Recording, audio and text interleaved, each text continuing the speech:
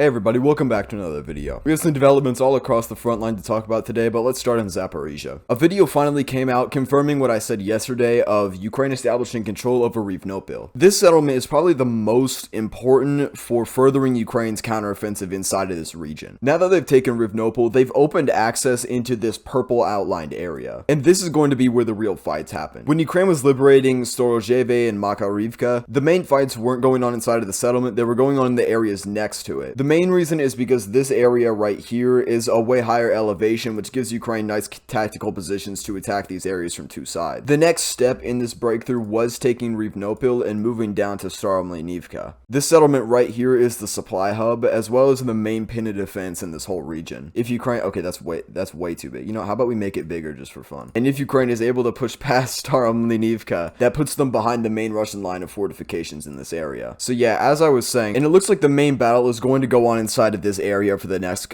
next coming days. There was also a report that Rivnopil was withdrawn from by the Russians because of Ukrainian progress near Staromayorsk, which could mean that they pushed in this direction and it was in danger of being flanking, so the Russians retreated. This could mean that Ukraine has already made decent progress pushing into this region. If we take a look at the topographic map, which I have to import every single time because this program that I use has a terrible topographic map, you can see that this whole area is in the heights with one little ravine going through it. This means that if Ukraine is able to fight and establish control over the purple region, they'll have advantageous positions for pretty much every settlement around it, including Priutne, Kremivka, Volodine, Staromayorsk, Uzorani, Zaporizhzhia, and Staromlinivka. All of those Duolingo Cyrillic lessons finally paid off. And once they get their main forces inside of this ravine area, they'll have advantageous positions on top of the heights to shell Staromlinivka from, while having a supporting attack to fix troops from the region, while they can also attack from the north. Overall, the fate of this whole Velyka Novosilka pocket is going to come down to the control of this purple dotted area. Heading over to Kherson and the developments that happened there yesterday, it appears like Ukraine has just expanded their bridgehead a little bit. They've taken over both settlements that are named Dachi, except one is with an I and one is with a Y. It's unlikely that they've stretched the line of control this much. This is just a general area of the advance. I think we may see Russia try to blow the bridge at the Tonka River. Yeah, we got it back now. Because otherwise, Ukraine's going to be able to grab a foothold in Oleshki. Oleshki is the main shield against any kind of Ukrainian assault into the left bank of the Dnipro, and if Ukraine's able to grab control over that city, it's going to be very difficult to prevent further moves coming in. The three main strong points along the river for Russia are Ola Pristan, Oleshki, and Nova Kakhovka. Close it off, we'll talk about Bakhmut a little bit. It seems like something that I was unaware of. Russia had gained another foothold on the west side of the canal, but over the past couple days, Ukraine has officially wiped out all of that bridgehead, and now it seems like they're running cross-canal operations into the areas by Kolomyichykha and Ozaryanivka. The good thing about this is if Ukraine is able to establish positions here, it has the double purpose of sort of flanking Kolomyichykha, where they can hit from the north and this part of the canal, as well as it also flanks Klishchivka, since Ukraine has made gains near the north of there recently. A breakthrough in this region would be very hard for Russia to contain now that the Wagner troops have